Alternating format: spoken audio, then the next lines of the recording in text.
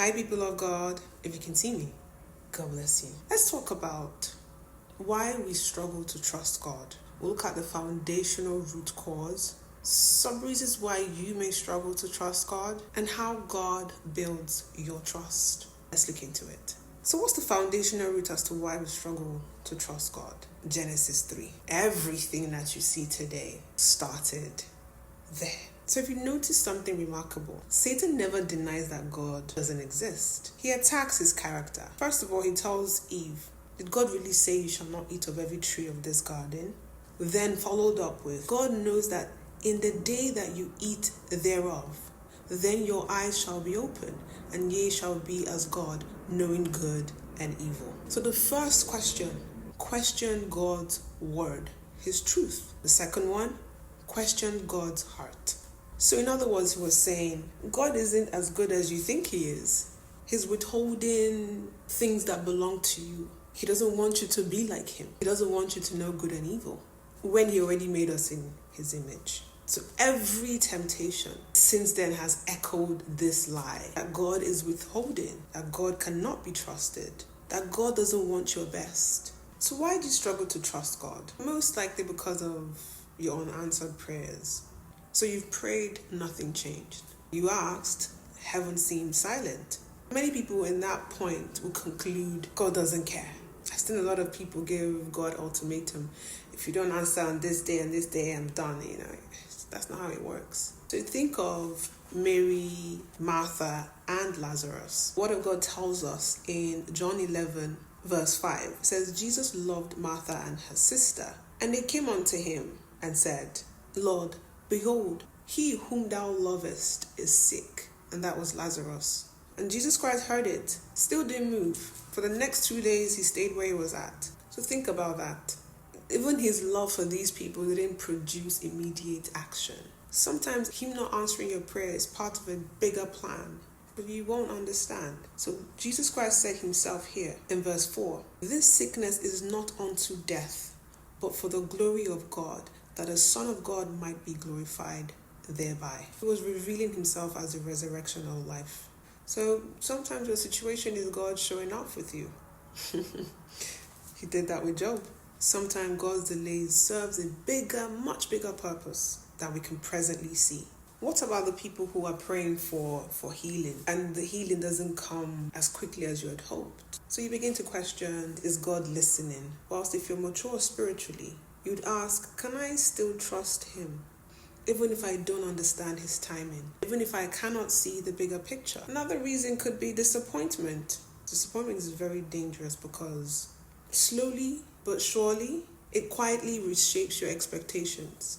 You begin to think, I thought God would have answered by now. Because I obeyed so quickly and took up my cross, I expected XYZ, XYZ. So most people may not stop believing in God because of disappointments, but they stop expecting much from him.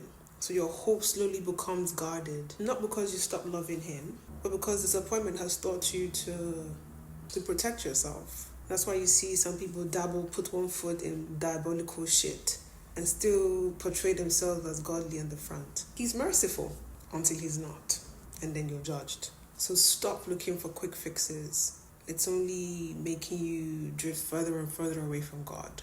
And each power and each places you go, seeking answers, seeking powers, seeking open doors or miracles, it's a snare on your soul. Wait for God's timing. Past wounds, yes. So our experiences with people shapes how we see God, especially if you have religious trauma or church hurt.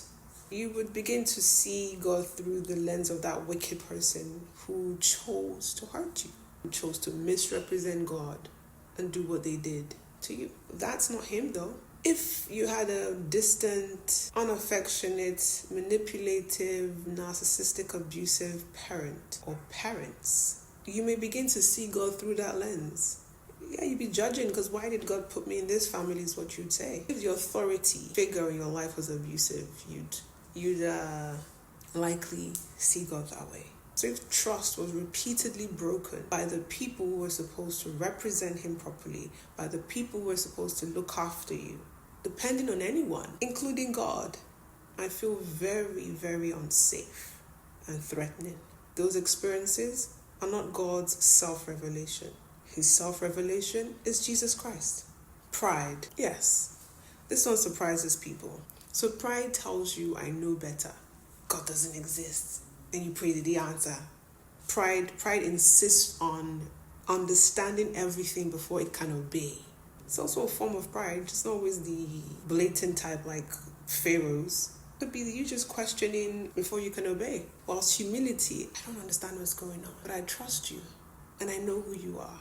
And because you love me, I know you won't let me down. And you move anyway. So your trust begins where your complete understanding ends. Control. So this one, many people think they want certainty, but what they actually want is control. Why?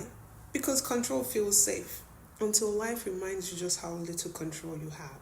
Trust releases all the outcomes into God's hands, whilst control tries to carry what belongs to him. Abraham was asked to leave everything behind and go to a land that God will show him.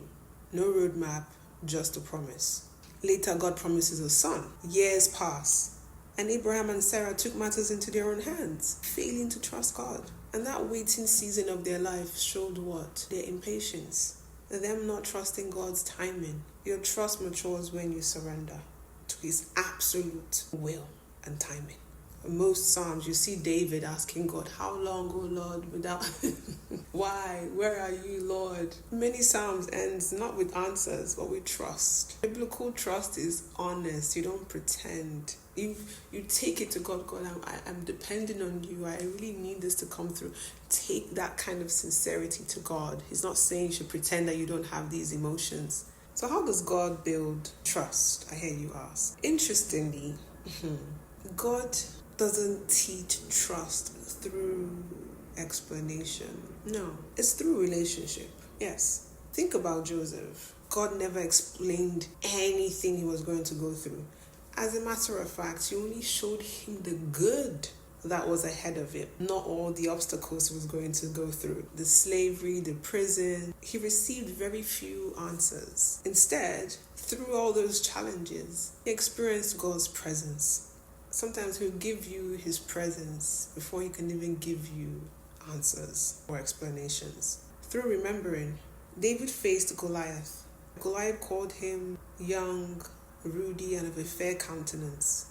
But why did he defeat him? Why was he so confident? Because he remembered who he was. Trust grows from yesterday's faithfulness. You have to remember what God has done for you. When you remember his faithfulness, you build your trust. Through obedience. What about Abraham? What about Noah? He just kept building. He didn't know when the rain was going to come. He just kept at it in obedience. Clarity follows your obedience. And the more you are obedient to him, he continues to strengthen you. Lastly, trust is also built through waiting. Be patient with God. Those who wait on the Lord, he shall renew their strength. You don't know what he's doing behind the scenes, but trust him. Waiting exposes who you truly believe in, who you are faithful to.